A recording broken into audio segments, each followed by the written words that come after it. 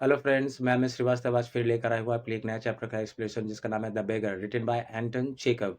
ये एक Russian story है। चलिए हम लोग समझते हैं क्या हुआ स्टोरी में। The story begins with a beggar approaching Sergei an advocate seeking help. दोस्तों, इस कहानी की शुरुआत होती है एक बेगर जो है ना, सरगेई नाम के एक एडवोकेट के दरवाजे पर पहुंचता है और कुछ भीख मांगता है, कुछ हेल्प मांगता है उनसे।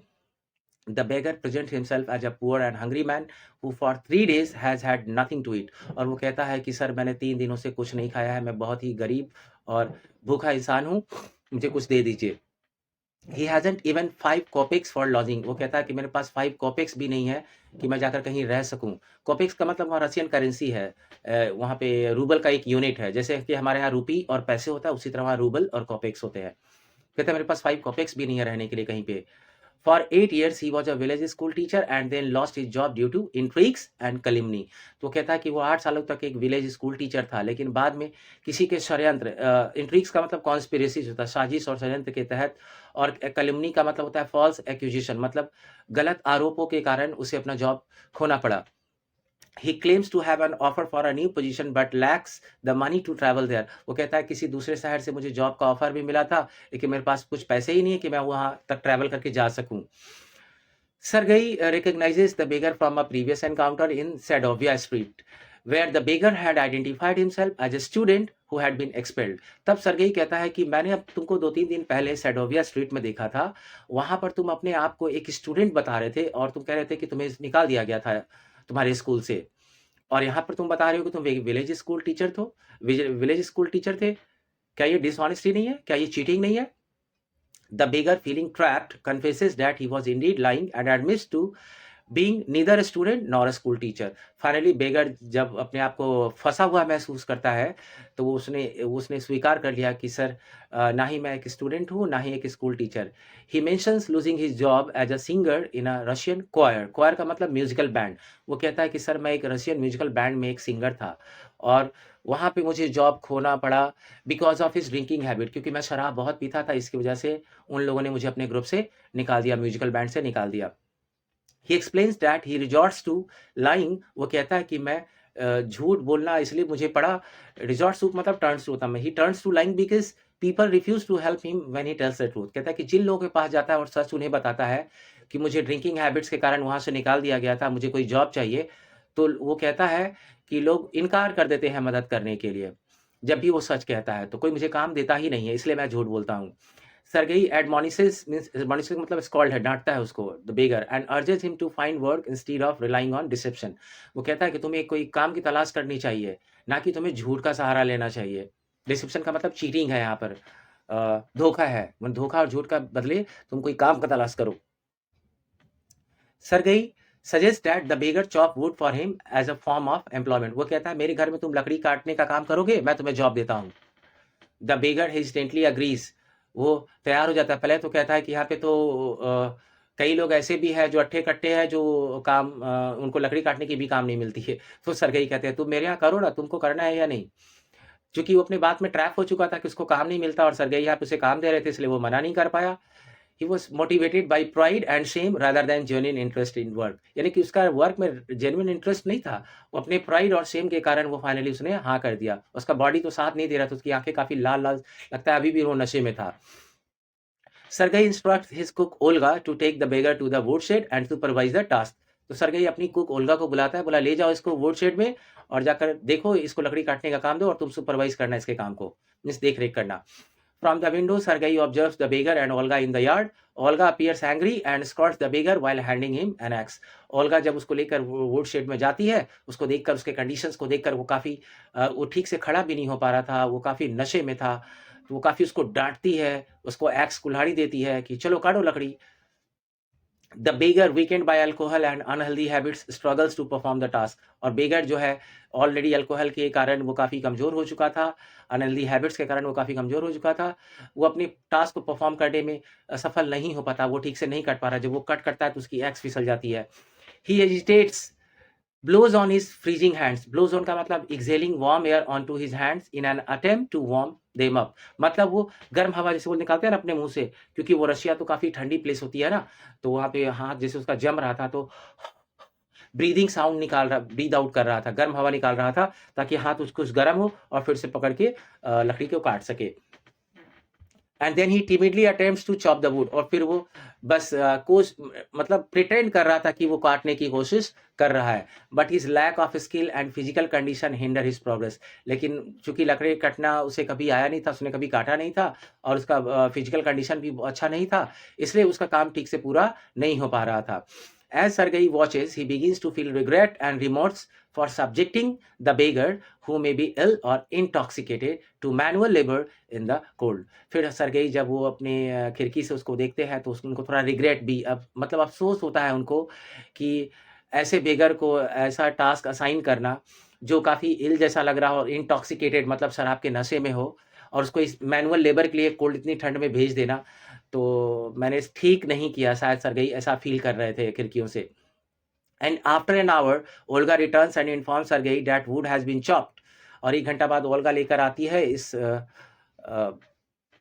बेगर को, और अपने बॉस को यानी कि सरगेई, मिस्टर सरगेई को बताती है कि सर इसने सारा लकड़ी काट दिया है, और सरगेई खुश होकर उसे हाफ रूबल इनाम में देते हैं, and offers him the opportunity to return on the first day of each month for further employment. वो कहता है कि अगर तुम और भी काम चाहते हो तो हर महीने की पहली तारीख को तुम मेरे यहाँ आ जाओ, तुम्हारे लिए हमेशा जॉब रहेगा।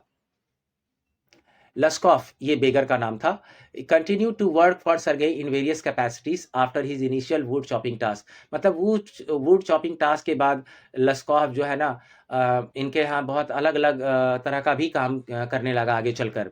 ही perform task such as shovelling snow, कभी कभी सरगेई इसको बोलते थे चलो बर्फ को पुश करने का, हटाने का काम करो। ऑर्गेनाइजिंग द वुड शेड, कभी बोलते थे जाओ वुड शेड को जाकर ठीक से प्रॉपर वे में अरेंज करके रख दो, ऑर्गेनाइज करो। बीटिंग डस्ट आउट ऑफ रक्स और मैट्रेसेस, कभी कहते थे कि तुम आज रक्स और मैट्रेसेस का डस्ट जो है वो साफ कर दो। And assisting with Sergei's house move, और एक बार सरगेई को हाउस बदलना पड़ा था, घर बदलना पड़ा था, तो उस ट्रांसपोर्टेशन में भी उसने कहा था कि तुम हमारी मदद कर दो। Sergei, pleased with the progress he witnessed in Luskov, offered him a new opportunity to work as a copyist. और उसके काम से खुश होकर उन्होंने एक दिन उसको ऑफर दिया कि तुम्हें मैं एक नया ऑफर देने जा रहा हूँ काम का, एक मतलब कॉपिस्ट का, मतलब उसको तुम्हें कॉपी करना है कुछ।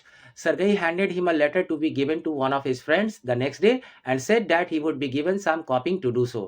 तो सरगेई ने एक लेटर निकाल के दिया, बोला ये लेटर लो, और ये इसमें एड्रेस लिखा हुआ है, ये मेरा दोस्त है, इसको जाकर ये लेटर दे देना। वो उसको दिखाओगे तो वो तुम्हें एक कॉपी करने का जॉब तुम्हें दे देगा, मतलब राइटर का एक जॉब दे देगा तुम्हें।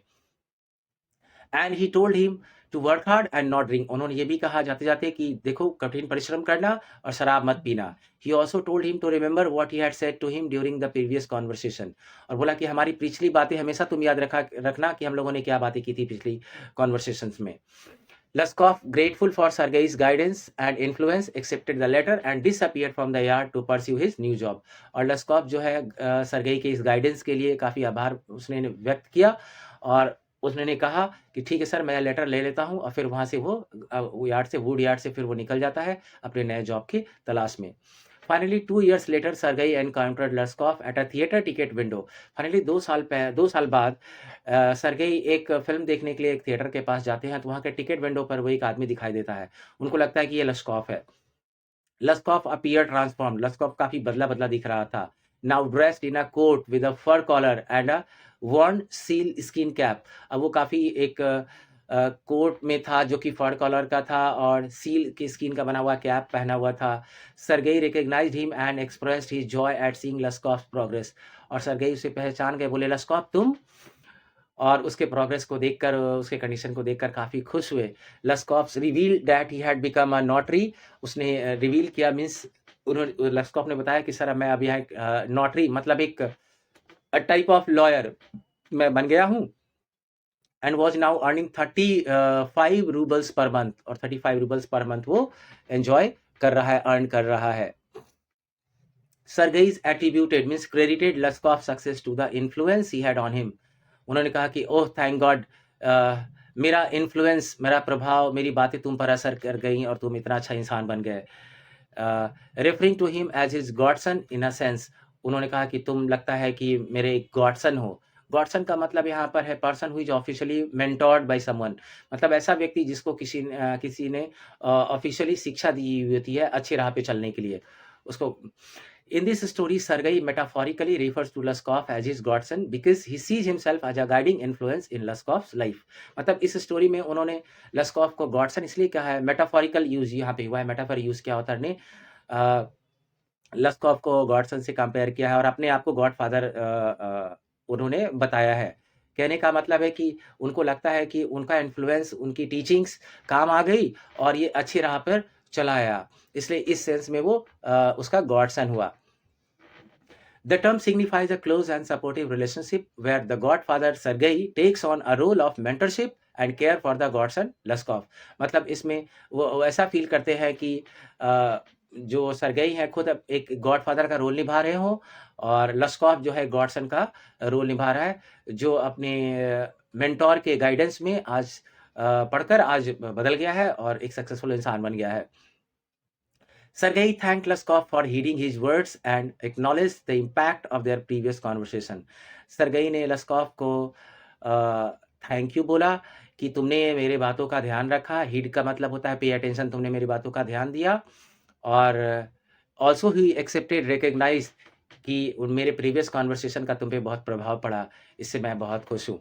However Lushkoff redirected the credit to Olga. हालांकि लस्कॉफ ने क्रेडिट को ओल्गा की ओर रीडायरेक्ट कर दिया, मतलब उन्होंने सारा क्रेडिट ओल्गा को दे दिया। लस्कॉफ ने अपने चेंज, उसके अंदर जो चेंजेस आया था, इंप्रूवमेंट आया था, उसके क्रेडिट ओल्गा को दे दिया, जो कि सरगई की कुक थी।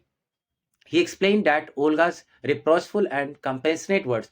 उन्होंने कहा कि ओल्गा मुझे reproachful का मतलब काफ़ी स्कॉल्डिंग मैनर में देखना, डाँटना और भला-बुरा कहना, और वो बहुत कंपैशनेट वर्ड्स भी, मतलब प्यार से भी बातें करती थी, उसका हेल्प भी करती थी। मतलब वो मिक्स फीलिंग के बारे में बात करते हैं कि ओल्गा ने मुझे डाँटा भी, प्यार किया भी।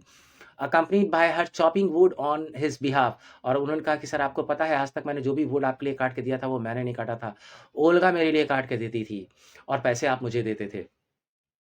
तब वो कहता है कि she played a significant role in his transformation, और एक्चुअल में वो औरत ने मुझ में, मेरे अंदर इतना बड़ा बदलाव लाया है।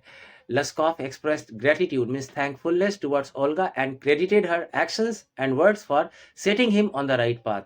और फाइनली वो ओल्गा को ही क्रेडिट देता है कि उसके एक्शंस और उसके वर्ड्स ने मुझे इस सही रास्ते पर आज लेकर आया है ये, एंड और इसके कारण ही मैं ओवरकम हो पाया हूँ एडवर्सिटी से and find their path to success. और जितना भी तकलीफ था मेरे जीवन में उससे मैं उभर पाया और इस सक्सेस के पाथ पर मैं आज आ पहुंचा हूं सिर्फ ओल्गा की वजह से। और दोस्तों यहीं पे स्टोरी खत्म हो जाती है। दोस्तों मैंने आपकी सुविधा के लिए इस पूरे चैनल का क्वेश्चन आंसर मैंने देखिए यहाँ पे डिस्क्रिप्शन बॉक्स में पोस्ट कर दिया है इसका लिंक। आप जाएंगे डिस्क्रिप्शन बॉक्स में, आप लिंक पे क्लिक करेंगे, आपको क्वेश्चन आंसर मिल जाएगा। आप उसे देख सकते हैं, लिख सकते हैं, याद कर सकते हैं और दोस्तों को भी रेकमेंड कर सकते हैं। अगर आपको मेरी टीचिंग अच्छी लगती है तो प्लीज़ आप मेरे channel English tutor by Amit Shrivastava को शेयर, सब्सक्राइब और लाइक करें और दोस्तों को भी रेकमेंड करें। Thank you for your support.